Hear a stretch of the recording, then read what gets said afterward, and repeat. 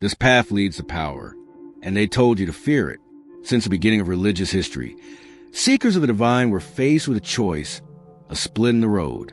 One direction promises light, law, salvation. The other whispers danger, rebellion, and transformation. That darker path is the one they never taught you to understand, only to avoid. It has a name, the left-hand path. It has been misunderstood, demonized, and burned from books, but it never disappeared, because it speaks to something ancient within us, the desire not to follow God, but to become something divine ourselves. If you ever felt that spiritual truths are deeper than obedience, if you've questioned the rules made in the name of heaven, this is your guide. But tread carefully. Once you step into this path, there's no turning back. Most people think of the left-hand path as evil, black magic, Satan worship, desecration. But that's not how it started. The terms left hand and right hand originated in Indian Tantra philosophy, not in the West. In Sanskrit, Dakikrit equals right-hand path. Vamakara equals left-hand path. The right-hand path emphasized structure, purity, and socially accepted spirituality. Rituals, prayers, morality, devotion. The left-hand path embraced transgression, not as evil, but as sacred challenge. Practices like consuming taboo substances, meditating in cemeteries, or breaking caste rules were designed to destroy illusion, ego, and fear. It wasn't about evil. It was about freedom through confrontation. When this concept reached the West through mystics, theosophists, and occultists, it evolved, but its essence remained. The right-hand path looks outward, to tradition, authority, and salvation. The left-hand path looks inward, to experience, transformation, and self-deification. The left-hand path says, don't wait for God to save you. Become your own source of light. And that is what makes it so feared. Why would the church fear a path of inner transformation? Because the core idea of the left-hand path, that divinity is within, is deeply threatening to institutions built on hierarchy. The very first heresy was curiosity. In Genesis 3, the serpent tells Eve, if you eat of this tree, you will not die. You will become like God. And for that, paradise was lost. The crime was not violence, not blasphemy. It was wanting to know, to become. The left-hand path, like that forbidden fruit, whispers, there is more, and you can find it yourself. This undermines everything the church is built on, that you need a priest to guide you, that you need dogma to protect you. That salvation comes from obedience. If you could become divine through inner work, what power do they have over you? None. This is why mystics were exiled, why Gnostic gospels were banned, why symbols were inverted into monsters, because those who walk alone cannot be ruled. Symbols hold meaning deeper than language, and the left-hand path is filled with them, most of which have been distorted. Take the left hand itself. In many cultures, it's the hand of impurity, of chaos. But in esotericism, it's the hand of the unconscious, the side of the self not yet brought into the light. In Christian iconography, Christ blesses with the right hand. Light, grace, order. The left becomes a symbol of the outsider, of the challenger. Then we have the pentagram. Point up, harmony, the divine human. Point down, not evil, but spirit entering matter, the descent into form. Occultists like Eliphaz Levi and later Crowley use it to explore the union of opposites, not to glorify evil. Baphomet, too, is misunderstood. With goat's head, male and female elements, and hand pointing up and down.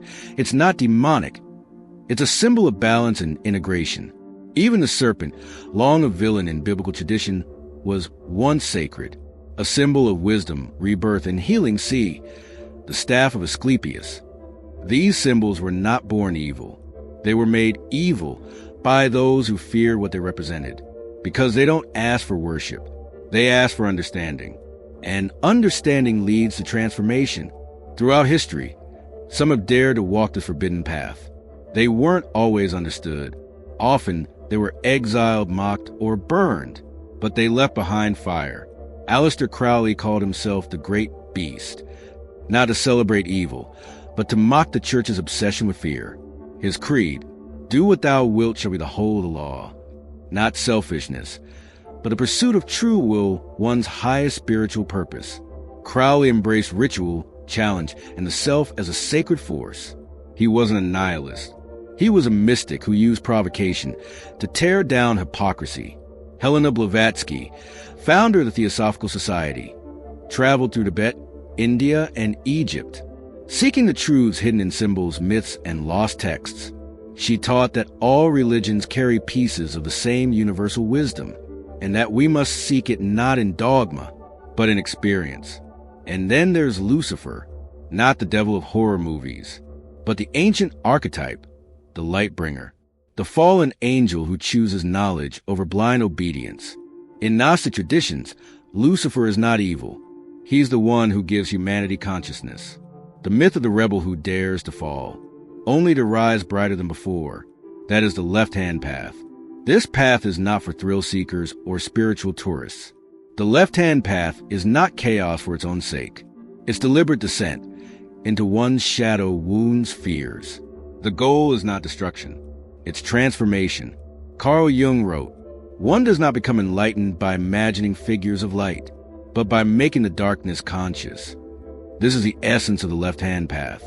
In alchemy, this is called the Nigredo, the black phase where the ego dies. Only after this can you rise, reconstructed, integrated, whole. You don't just follow this path. You survive it. You become responsible for your own soul, your own ethics, your own power. It's not comforting. It's not safe, but it is honest. Even now, the left-hand path evokes fear. Why? Because it rejects control. Not just religious control, but societal, moral, emotional. It says, you can know yourself without shame. You can question without guilt. You can create your own meaning. And that terrifies systems built on obedience. Religions call it heresy. Governments call it extremism. Communities call it dangerous. But the real danger is freedom without structure. That's why the path requires discipline. Not rules from above, but laws from within. If the right-hand path leads to heaven by serving, the left-hand path leads to awakening by becoming. It's not do whatever you want. It's discover who you are and bear the cost. That's why few complete it. But those who do never go back. You've seen the symbols. You've met the seekers. You felt the weight of the choice. The left-hand path is not rebellion for its own sake. It's not darkness to be edgy. It is the sacred road of the sovereign soul. You will be called arrogant. You will be misunderstood. You will be feared, but you will be awake. And that's the one thing they can't allow. Because once you light your own flame, you no longer need theirs. And that's why the left-hand path was forbidden. Not because it leads to evil, but because it leads to power. The kind of power that no institution, no priest, and no God above can ever truly control.